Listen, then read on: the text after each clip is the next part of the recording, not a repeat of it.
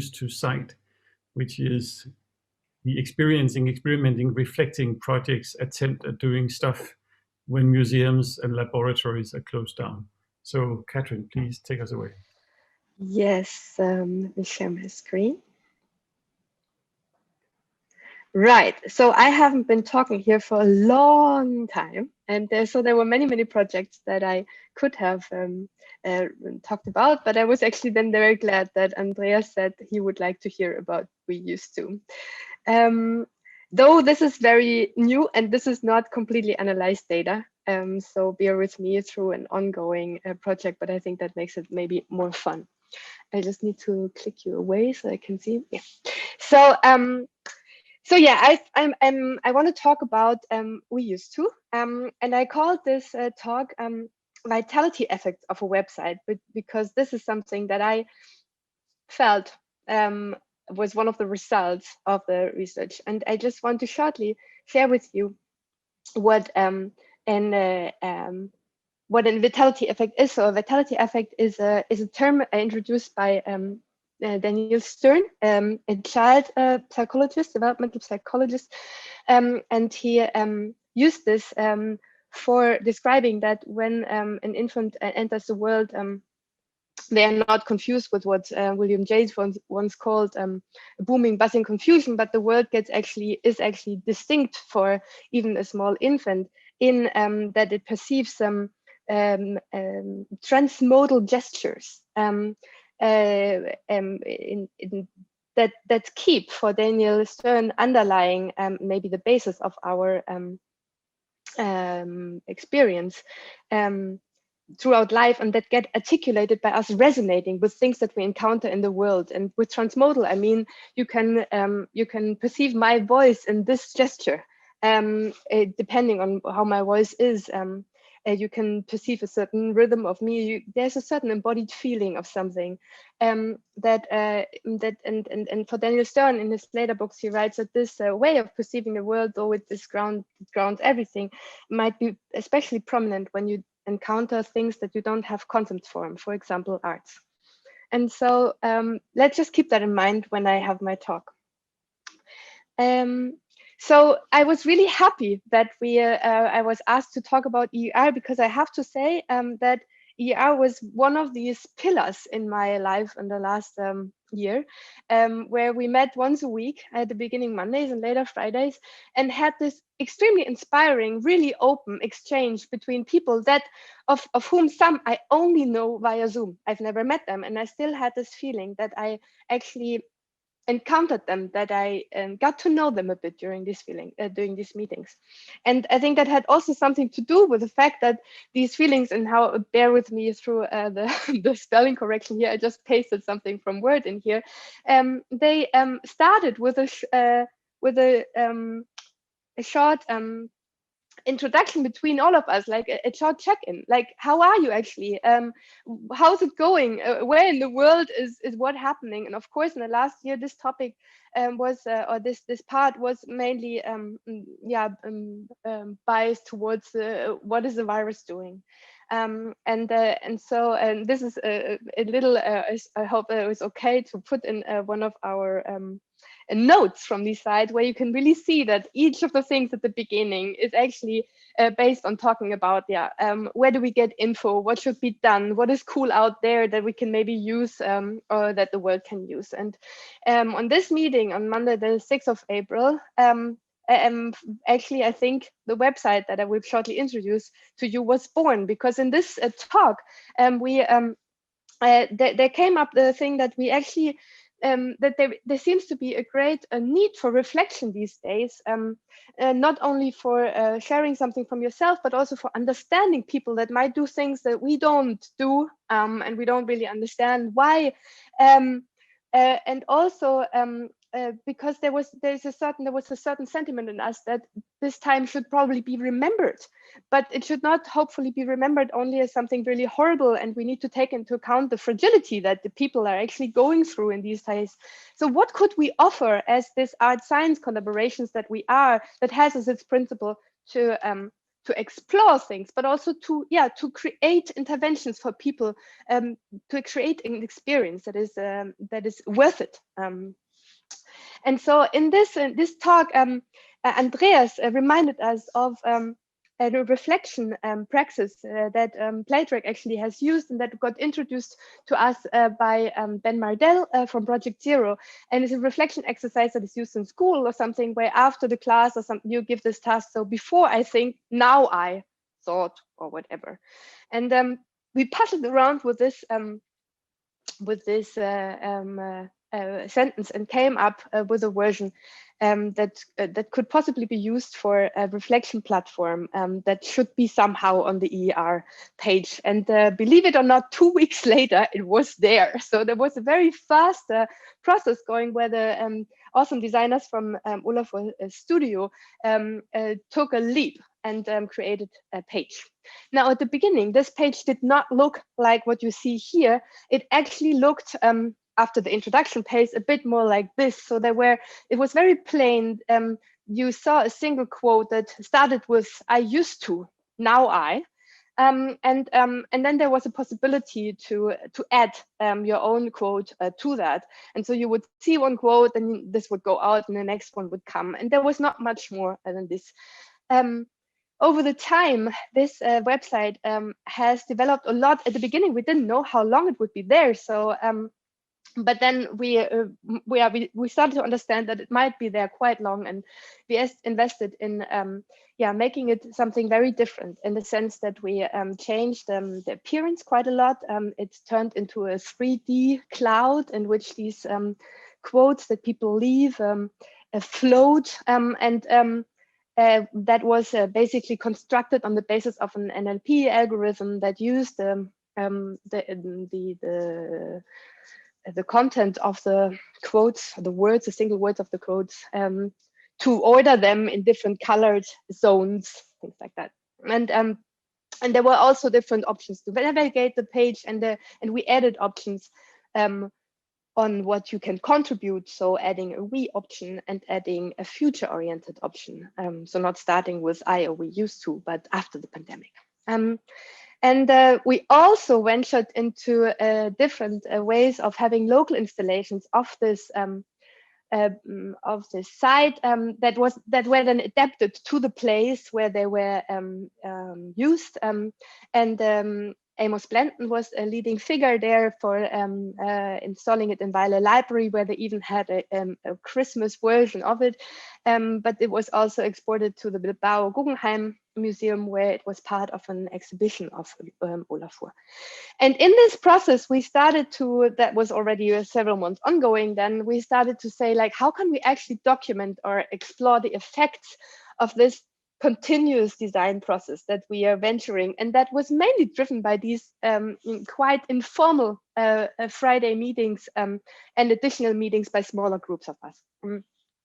And so the normal thing, how you explore these kind of things would be, for example, with questionnaires or semi-structured interviews with users that have the obvious disadvantage that you kind of have to have an idea about what you're asking if you want to do an interview guide.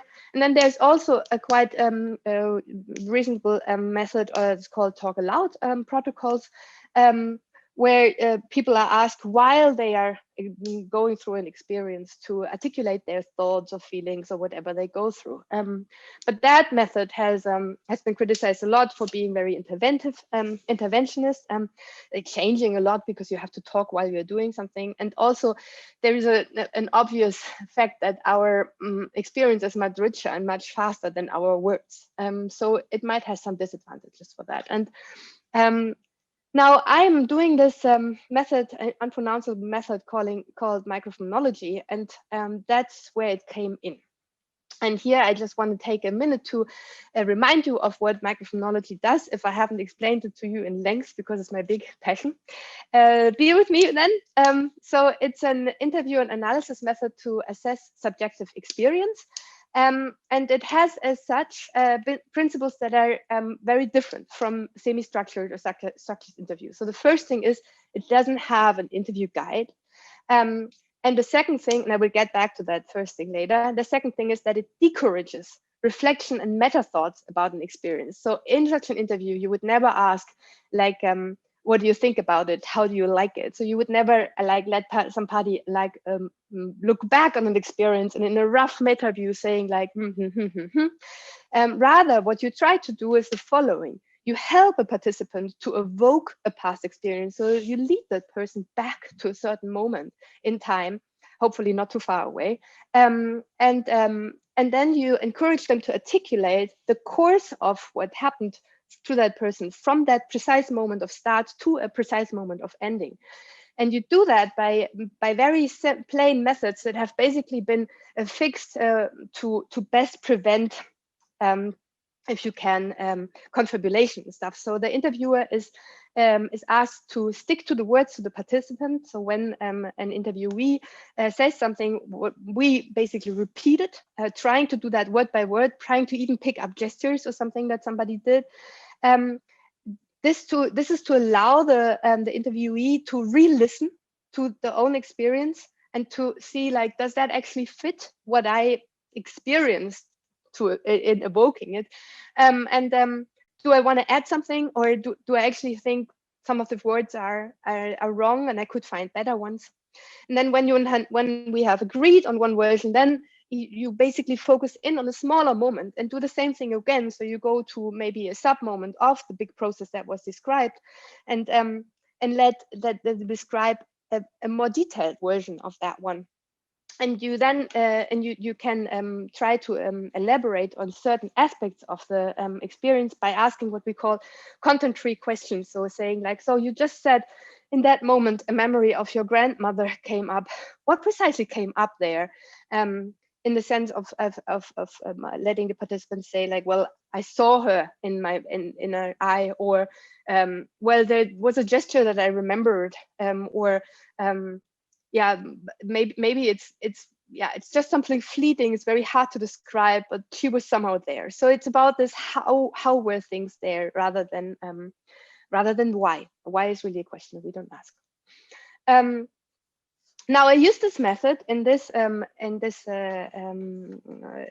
study here, and I in total conducted 13 interviews, or I conducted 12 of them, and one was conducted by Bess, who's also here today.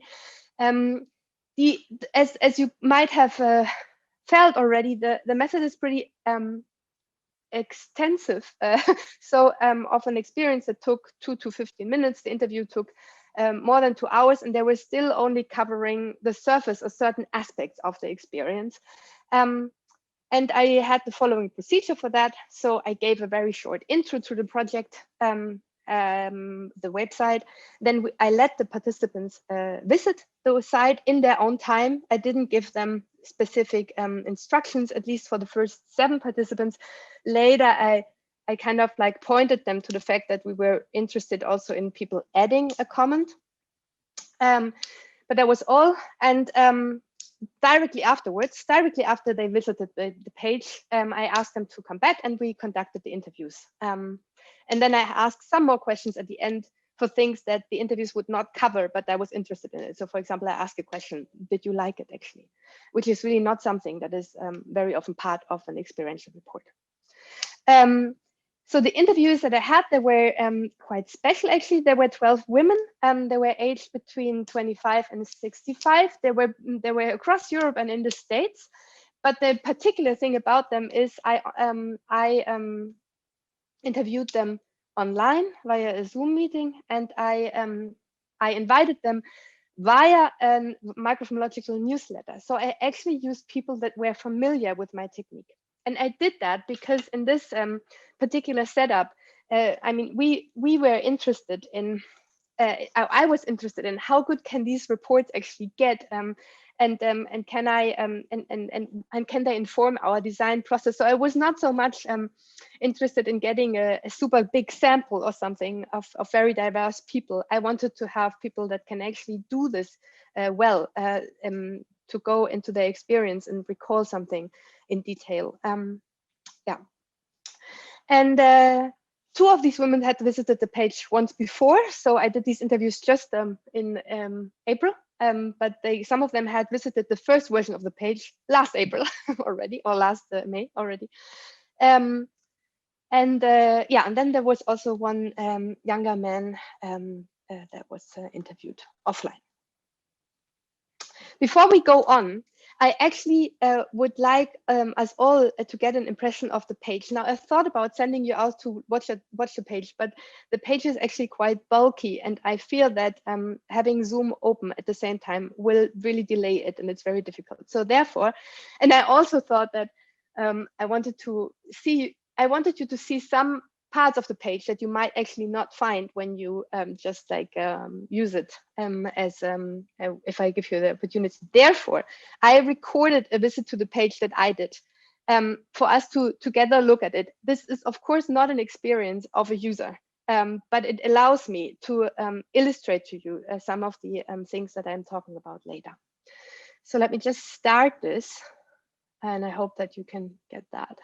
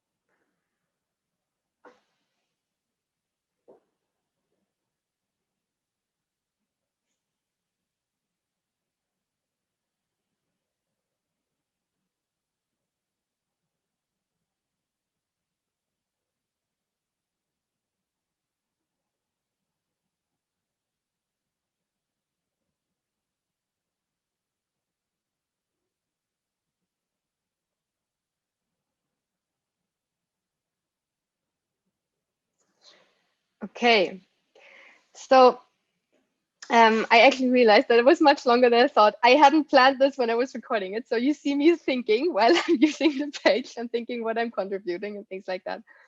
In any case, I hope it gave you the impression that we need. So now I would like to share some of the results from the interviews with you. And let me start with saying, like, so micro-phenomenology really focuses on getting an overview over a temporal process of an experience. So there are other methods that I think are often more ecological, which are, for example, using a beep, and then in the moment where you hear a beep in the middle of an experience, you say what just happened to you. And that might give you that might prevent confabulation much better than this method, because you go back a few minutes, right, to do such a process. But then you never get this this temporal process.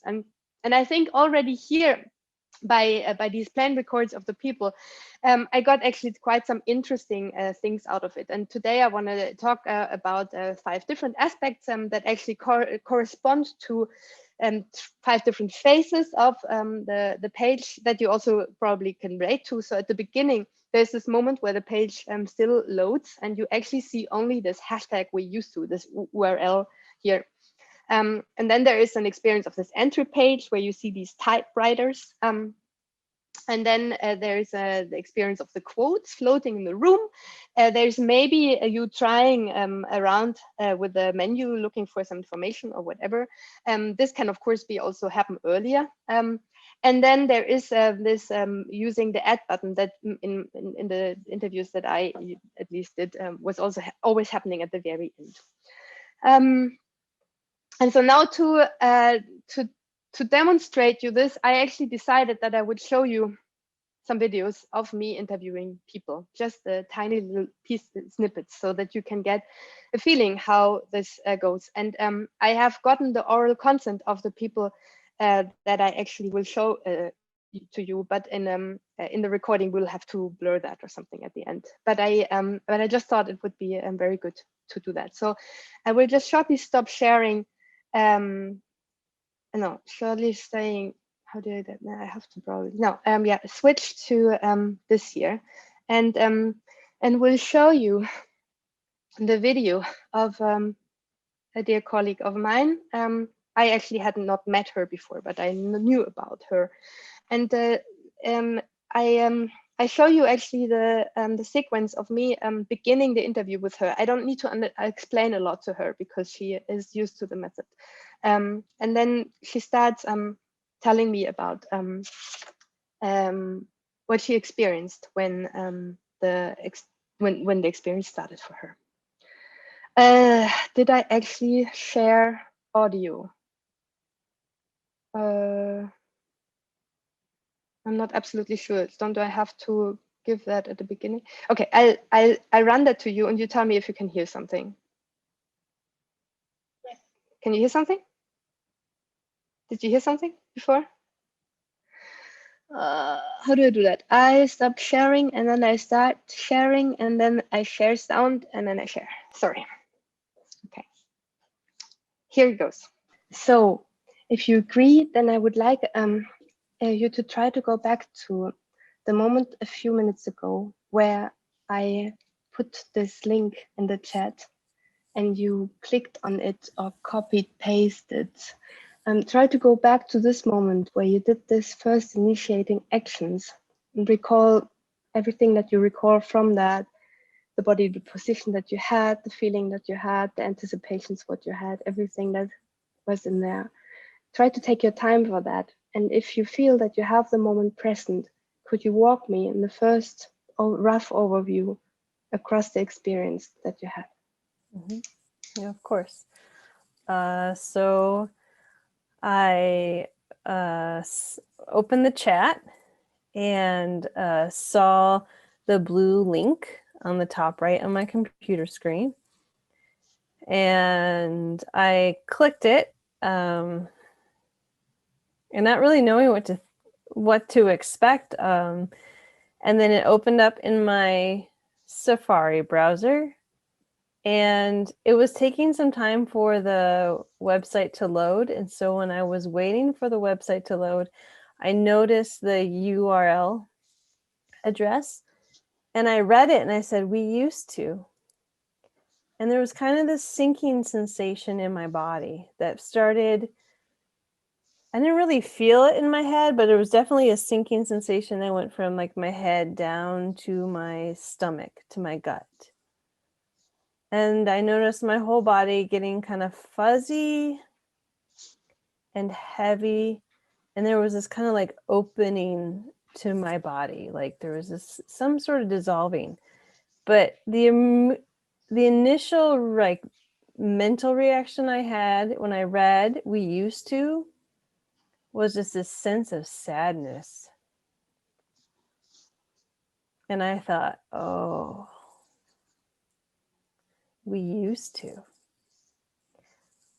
And in that moment, like I'm going to start to cry now, which I don't mind sharing, but it just was very, made me feel very sensitive to, you know, I immediately thought of my friends and their kind of anxieties and longing for what they used to do. And then my own sense of kind of grief, but it was more of just a universal thinking of all people in the world of what they used to do.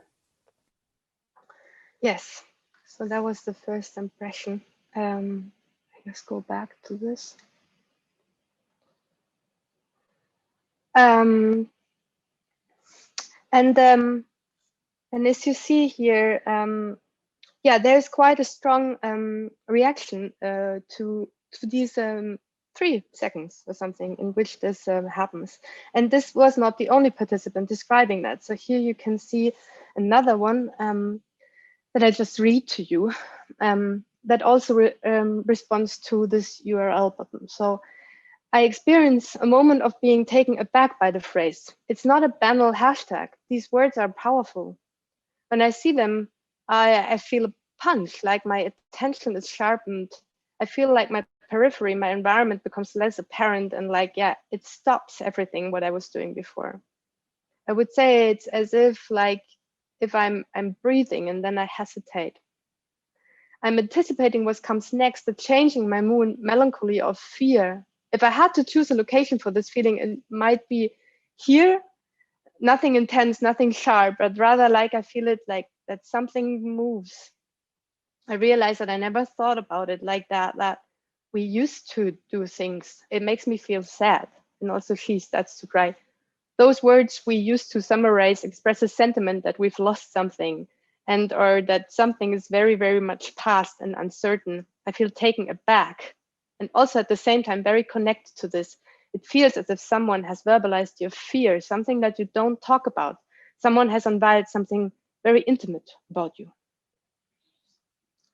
And then there is a third quote that actually refers to "we used to," but this time, the participant is actually talking about when seeing already the quotes. Therefore, I put this this arrow here, where the "we used to" appears to her while reading. So she says, I actually feel really sad right now. And I think the reason that I felt so sad was I became aware that everyone was saying "we used to" or "I used to." I'm feeling each time I'm reading a new quote, I get a little pang or something. It's not a bad sting, but it doesn't like resolve. It doesn't disperse before the next one comes. Something builds. It feels like really heavy in the chest area.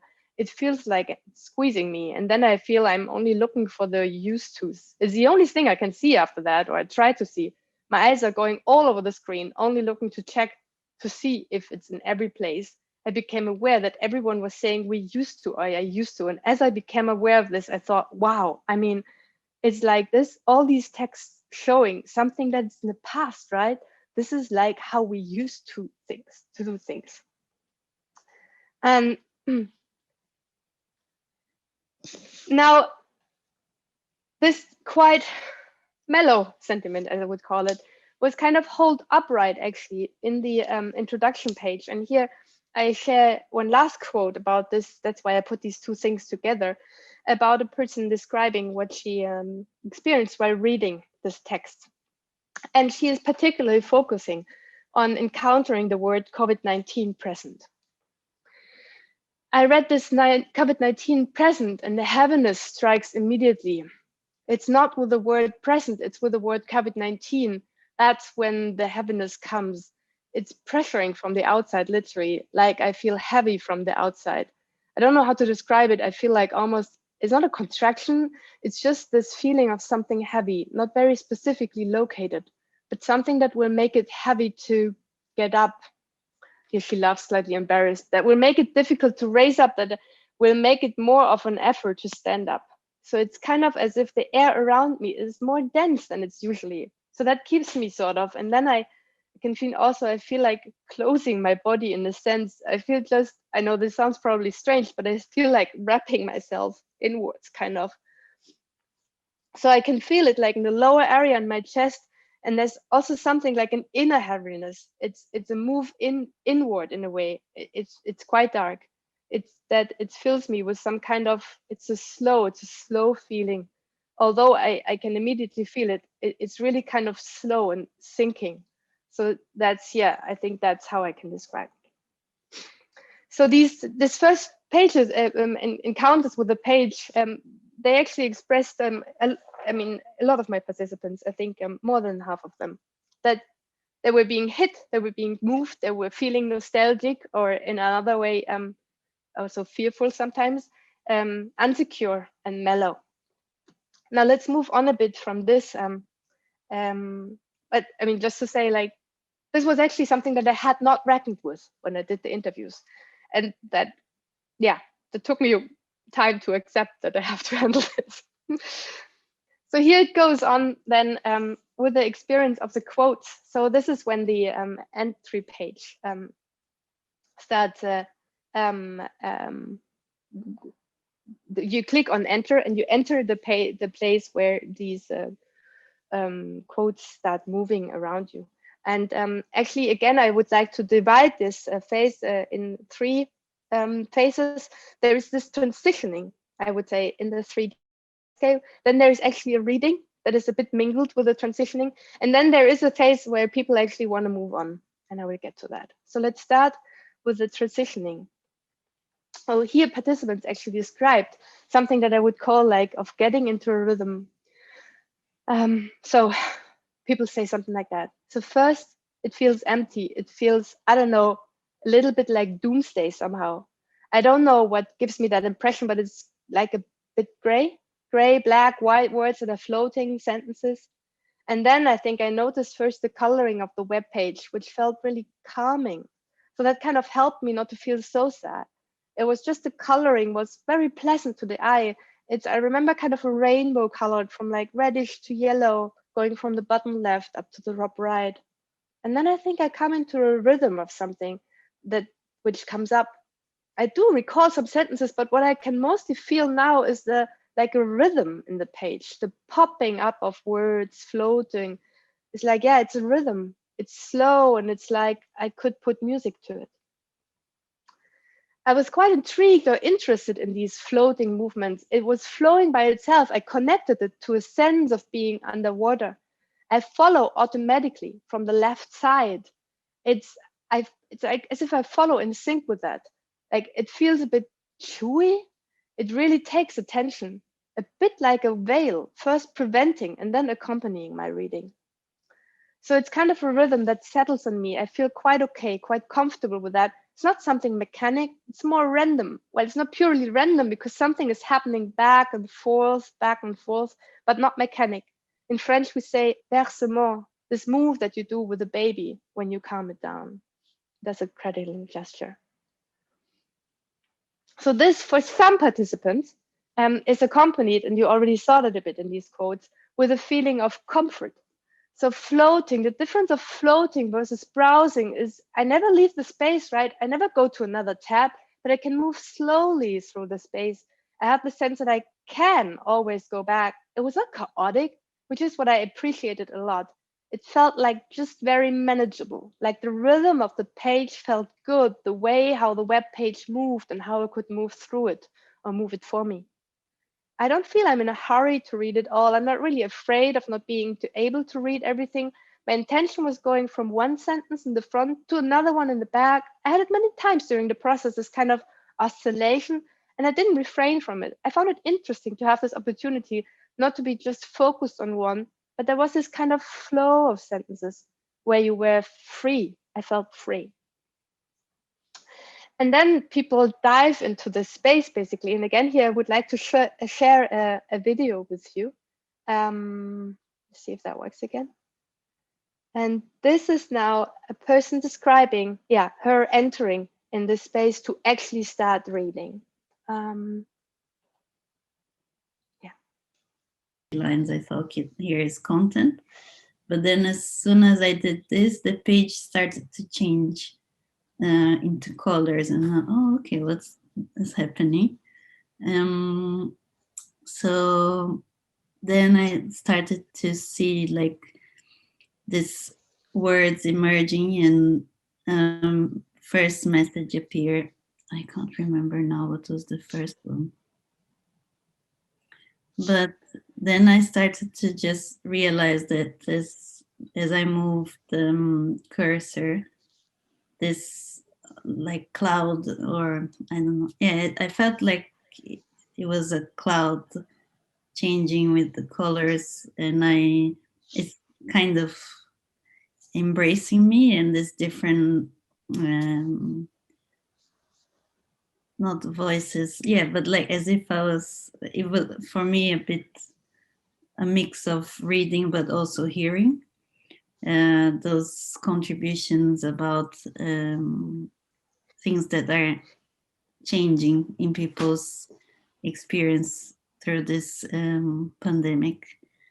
And I laughed of some things because I felt like I felt some connection. So I remembered this one that made me laugh. There was something like, I used to think I was late because of my commute. And then I realized I continued to be late without the commute. And I feel exactly the same. So it's just me in the morning, I'm really slow, and the more time I have, the more I take my time. So I thought that was funny. It was actually quite warming to feel like, yeah, as if this cloud was embracing me with all of these experiences that somehow resonate with things that I might have lived at some point in this pandemic. So it really felt like it was I don't know, either that I was going into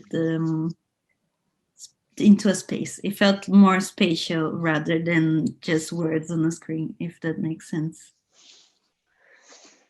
And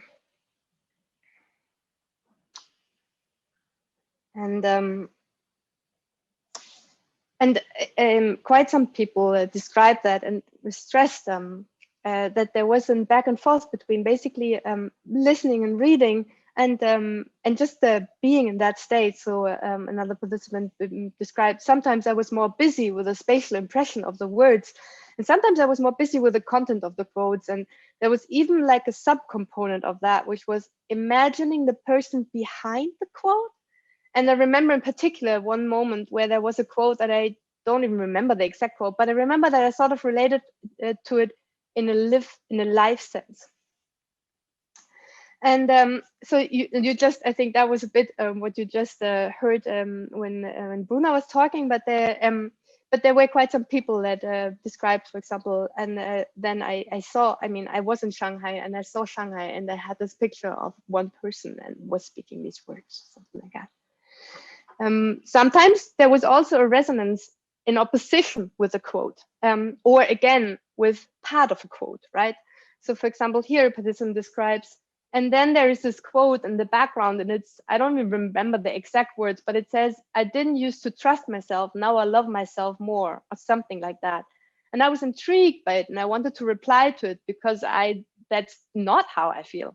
I really wanted to have a conversation with this person saying this because I could relate. I can relate, but I think still I already know that I would probably state the opposite, that I feel more insecure about myself.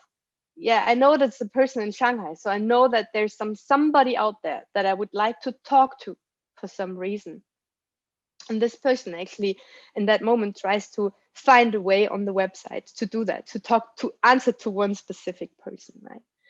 And then there were also some quotes that actually created a really strong pull or like an counter reaction to people. So here somebody says, and it's a quote about people still wanting to party. And she says, I have like a very strong sense of like my muscles tense up, and I just want to push this away. My hands are ready. That's like, push this away. I don't want to hear it or read it. So there's this sense starting of wanting to get out, and even maybe questioning the side. So this participant later says, like, I'm not sure if I need to see that. I know these things, right?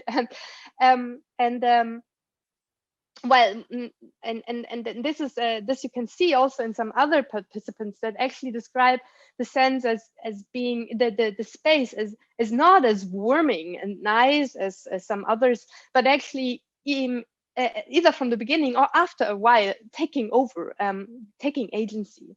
So we have here these quotes like, as I'm searching in the space, I have this feeling that the words are searching forward. Everything is just like coming, and it doesn't feel pleasant anymore.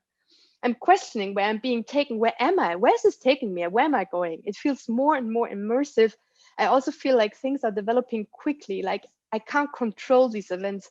I feel like I'm on guard. My attention is very much focused. I feel it's like a little bit of uncanny. And these kind of experience led quite some participants, again, look for different ways of handling the page. So what we found was like, I was trying to understand whether I could control the appearances of the blocks. So to select specific blocks of text and to pause the text somehow. And I realized that I couldn't. I mean, I couldn't find a way to do these two things. And also I was noticing that most of the statements were still quite past oriented. So I was again having the feeling that I had when I tried the website the first time, so where there was not this floating room and where there's no future option, actually, a sense of like being discouraged in a way. So I told myself, okay, let's try to see whether I have more options to browse the text blocks in the way that I prefer. Different one. There's a bit of an annoyance because I cannot read them all. There's too much space in between then the sentences. So the sentences are too scattered. Even if I can enlarge each of them, I won't be able to read many of them very fast. So there's this frustration about not being able to decide what to do next and in which order, because there are too many things. I wanted to have a calm overview of what I was interested in the content. I was looking for, is there a way I can switch the website so that it's not floating around in 3D space, but that I can have a more like manageable overview, but I didn't find that. And then some people actually in this moment went to the add option. A bit as maybe a last resort. So the quotes keep coming, and I'm more occupied with thinking, like, with imagining all these people having their, like, living their life. And then I really, there's this longing to actually get in touch to them. And then I realized that, okay, but the only thing that I can do here is to share my thoughts. And this is a bit where the add button comes in.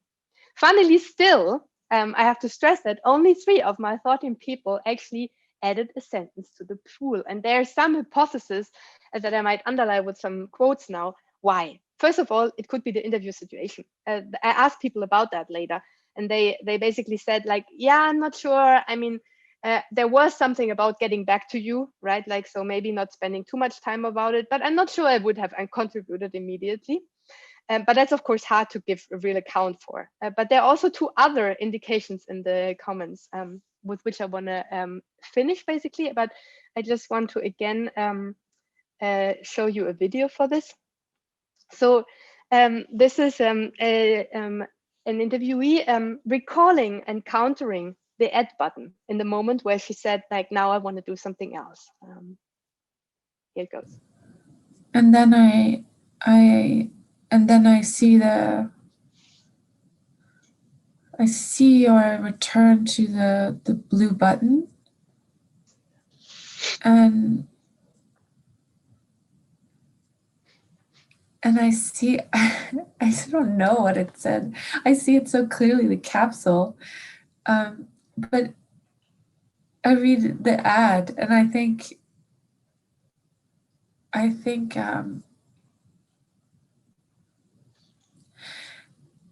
all of a sudden that this experience, it feels so heavy. It had like this connection. It had like these feelings of sadness. It had this search, all these things that I can feel that I was doing. This feels like technology again, or it feels like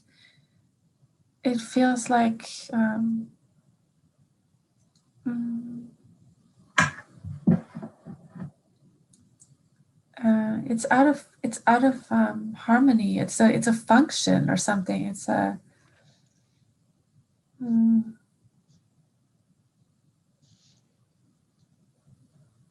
but I experience it as like an intrusion, or it's so big there. Yeah, and it's the color is so bright. It's different from the background, and yeah, I feel that you can't slip your experience into it. You have to click or like add or do something. Yeah, I don't know. Yeah, so you see me laughing, which is a bit unprofessional in an interview. Fortunately, she has her eyes closed, but I was really happy because she was the third person using these words, saying like, my God, like this button is like, and they all said like out of harmony with this. And some of them actually made some comments about how they would rather like it to look like or something, which I mean, I could resonate it, but it was not clear to me so much. So I found that very interesting. There was also another one, another possibility, and that is actually that the two participants described something of being overwhelmed a bit with the choice that we were created. And remember, there's this surface user surface where you can choose certain options, right? And so one participant says something like that. I think I was already, when pressing the add button, I already thought of, was in the process of formulating, thinking of what will be my story here.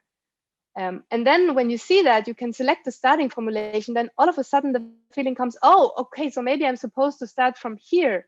And then I clicked. So it was actually good in the sense that it gave me some orientation, and it was good that it was two options so that I didn't have to just fill in the blank. But then my attention went more to this clicking and searching for the words. So it felt a bit like taking me also one tiny little step out of my own reflection. So because then when I started dragging words or trying out different formulation, I realized I could say something with many of them that make sense in different ways. So that's also why I felt like I just can't complete this rapidly. It's not possible to just put together a sentence like that. So there is something about, so two others said that they had something in mind, maybe not completely formulated, but then by coming in there, this page and having these options, something gets like a bit confused, and there's too much to come up with something right away. Yeah, so, but as I said, there is not a lot of data that I have about this because only 3 people really entered into this process. So here's basically the summary of what I have sorted out so far. So there was a surprising, there's a surprising finding that this we used to URL, but also the COVID-19 and other words on the entrance page, they actually prepare the entrance in quite a heavy way. Then this floating 3D landscape, it still allowed for a quite intriguing and possibly even comfortable journeying through other experience. And the quotes, they are read as voices and experienced by an embodied resonance that is quite strong, right? So that kind of works in that way.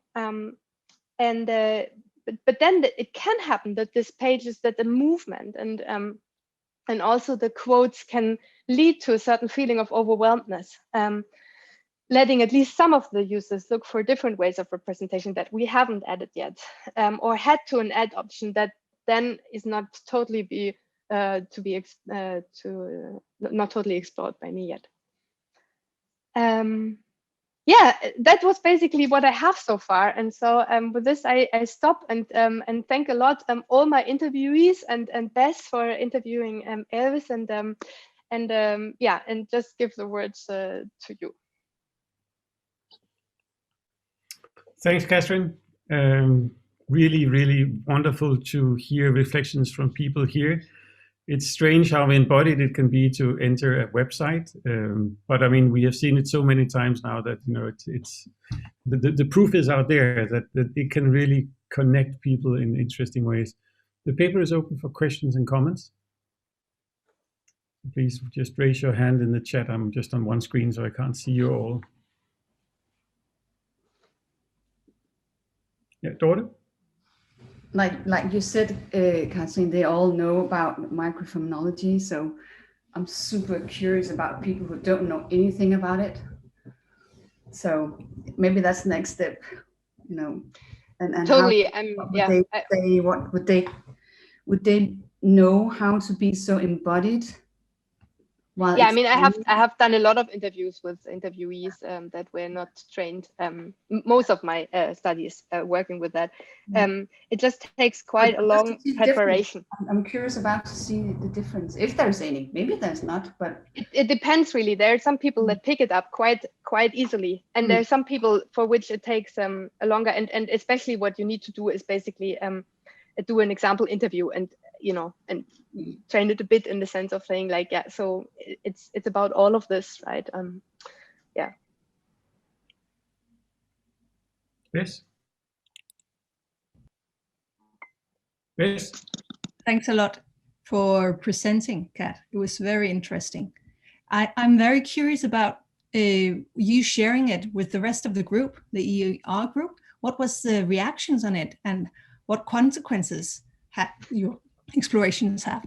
It was actually a bit scary, I have to say, because I mean, I presented not all of it. Some of it I only presented today. I presented in 2 parts, and I think actually, but maybe the others can also contribute to that later, that the reactions were quite strong. So there were some things that were changed, or some things that wanted to be changed, or people like argue for that. But there was also a general sentiment of like, oh, this is stronger than we thought. So we need to be more careful. Or something like that. And I mean, it's difficult. It's really difficult to present the thing fully. But what I can say is that I think 11 from the 13 actually said that they really liked the page. They really liked the experience, though there were a lot of emotions coming up, right? More than I showed you, right? 2 didn't like it for that reason. But so in general, it's really hard to. So I'm a bit wary of using it as a direct tool to change things or something like that. But I think it was. I mean, I was quite happy that it was. I thought it was perceived by the group. Yeah. Andreas Löwentin, maybe you want to comment on it because you've been so much involved in the moderation and the constant iterations and design features. Yes, yeah, I'd love to do that. First of all, thank you, Kat, for your presentation. It's wonderful to hear and also to see your interview participants share their experience.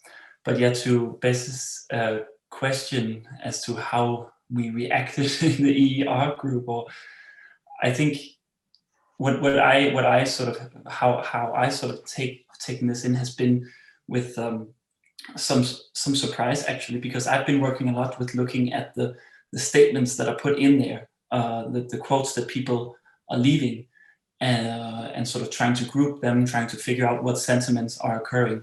And what has been maybe slightly surprising in that work is that a lot of the sentiments, a lot of the statements in there have quite positive sentiment, or at least some kind of uplifting sentiment, where people are describing that they used to maybe be in a rushed lifestyle or something, and now they have the time to sit down and reflect upon things. And I mean, it's not that all of them are like that, but there is a big majority of these. And I think that has been a little bit of a surprise to many of us, because I guess we would expect that something like COVID-19 makes people very sad and anxious. So I think it's interesting that when you talk to your participants, one of the immediate reactions they have is actually this worry or concern or feeling overwhelmed in a way.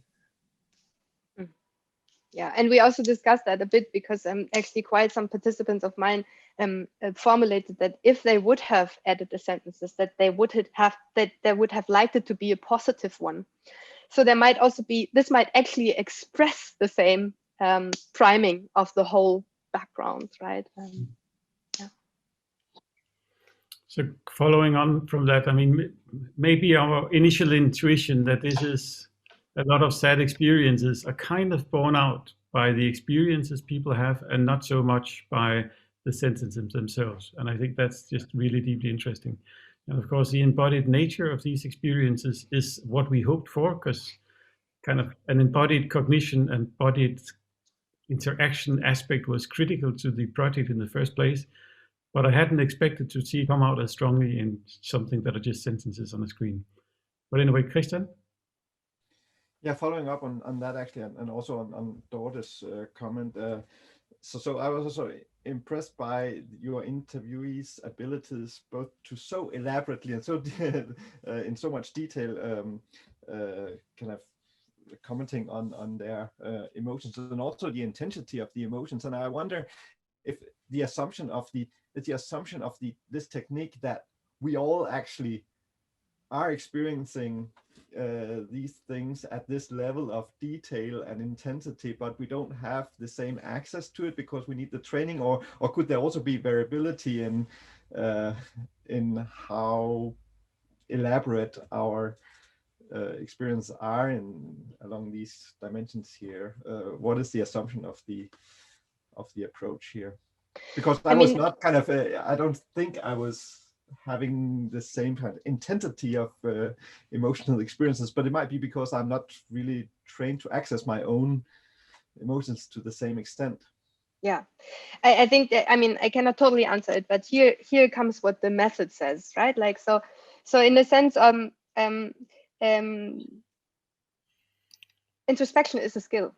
And you train it with certain techniques. And my journey in micro-phenomenology has been very personally changing, in the sense that I feel I'm much more aware of my embodied reactions in my daily life since I have started training 6 years ago.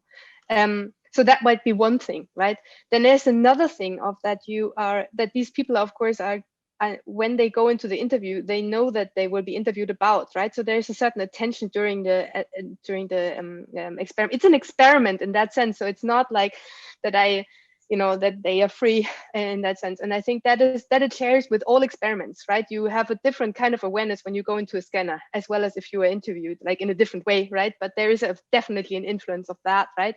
And then there is and I think part of that, part of the method you can train quite fast. I have very, very good interviews that I can share from other projects with people that I just introduced to the method 20 minutes beforehand. But you need these 20 minutes. Like you need to have, like, you cannot just talk, because there is this way of talking is not available to us. I've used it here at the Højskole with students actually a lot, and there I kind of like ask I do little like exercises with them to give them an idea of what I mean. So there's, for example, an exercise I often use where I say, like, imagine you're in the room sitting right where you are right now, and then imagine your best friend coming through the door without a word, putting himself next to you and going out, and then imagine your mom coming in and going out. Can you feel the difference? So I kind of like prime them to get a bit. I'm not doing that with interviewees, but here at the school where I use it for pedagogical purposes, I prime them to say, like, there is a level of experience that you all know, but you normally don't talk about it. There's something that, and if you do that, it gets very quickly and easy for them to catch that, right? But yes, there is a preparation.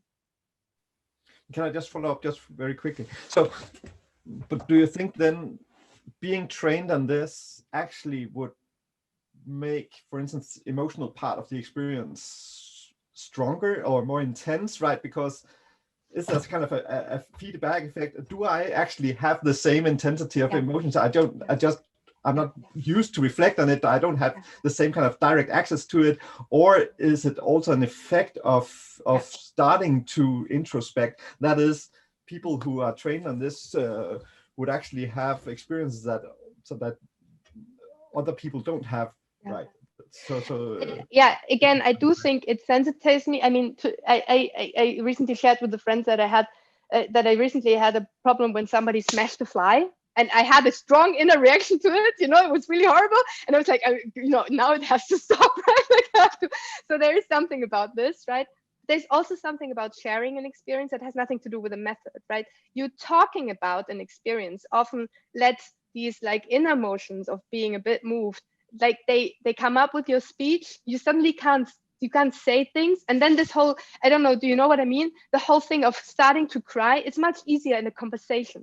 And I mean, I would kind of defend that by saying, well, you talk about artworks with others, right? So I mean, in that sense, I think that is that comes out of sharing it in this situation, right? I saw the people while they were on the page, they were not crying. They started crying in the interview, right? You could see facial things, but they're more contained when you have it on your own, right? Kristen, if I can follow up on that, having both been interviewed a few times by people who are really good at the method and also seen other people being interviewed, I think you're pointing to a kind of something that needs to be understood better. And my own experience from being interviewed is it's really, at first you think there's nothing to reflect on, that there's like no experiences. And once you enter into that dialogical phase, and it can be very simple questions, right? What did you see? Where did it come from? So the interview technique is extremely specific about being concrete about what you experience. Once you do it, it's as if there is a landscape opening up that you just couldn't see before. And at least my personal experience is that one is usually pretty much aware about, when are you making the interviewer, and when are you kind of something that but you just didn't pay attention to it as it happened, but you can go back and revisit it. So in that sense, it's clearly forming the experience post hoc, but it doesn't seem to do it completely arbitrarily. And I think in particular, something that's very interesting, from these interviews, but also from other interviews, is that part of what one tends to discover in yourself, but also that you hear in these interviews, is kind of a recurse to something that has to do with the bodily sensation that comes in at very pregnant times. And of course, you could see this as a circular argument for the embodied cognition approach. And that's, of course, difficult to argue or to prove against that idea. But that's certainly something that comes up again and again to a remarkable degree. And it doesn't have to be about something as potentially evocative as people sharing experiences about the pandemic. It can be very mundane things that you suddenly discover that there are strong embodied concrete elements to those experiences as they're constructed. At first, the interview technique was called the elicitation interview because it was about bringing something out that was hidden. And it grows out of a kind of a tradition for the first book where it was described was called Being Aware or Becoming Aware. So there is something about that playing with when something becomes conscious. That's part of the heritage for good and for bad. And the micro-phenomenology name is kind of, you can say, erasing that element of construction in it. It's clearly there, but it seems to be a feature. And at least in my experience, it's not an arbitrary relation that just comes out through the interview. It connects with something, and it can do that even if you're unexperienced. Yeah, and I also think that these strong emotions, they might also have something. I actually, I resonate with a lot of things. So, for example, that there was a sinking motion, right? And articulating this sinking motion might actually evoke some emotions for you. But I can resonate. It's just small. Like there's just a sentence of like, oh, we used to. Right? It has that motion in it. I mean, that's what I mean with a vitality effect, right? It's not as articulated, but it was from there and it went to my gut. But it's like, oh, we used to, yeah.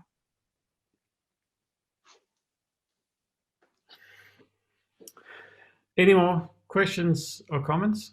Then we will just, invite you to go and check out the site. We can put it in the chat here. And explore it, add a few sentences, and please come back with feedback to us in one way or form or another, no matter whether you like it or don't like it or feel that it's impinging on you or it's fun to explore it. We don't quite know what kind of life it's getting now. We keep thinking that the relevance of it is over, but then there is another wave somewhere hitting us, and there are interesting stuff coming out of it still. So we're not taking the site down as a place for contribution so far.